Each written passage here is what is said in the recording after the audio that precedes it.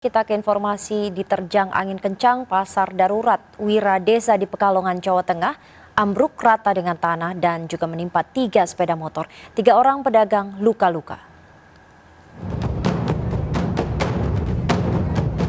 Sebagian pasar darurat Wira Desa Kabupaten Pekalongan, Jawa Tengah ambruk hingga rata dengan tanah setelah diterjang angin kencang. 3 sepeda motor tertimpa reruntuhan dan 3 pedagang luka-luka. Sejumlah pedagang hingga pagi masih mencari barang berharga di antara reruntuhan. Pasar darurat ini dibangun semi permanen menunggu pemindahan pedagang ke lokasi baru. Namun belum sempat pindah, pasar darurat ini ambruk. Yang pedagang masih banyak, masih kan nggak ada, alhamdulillah korban cuma 2.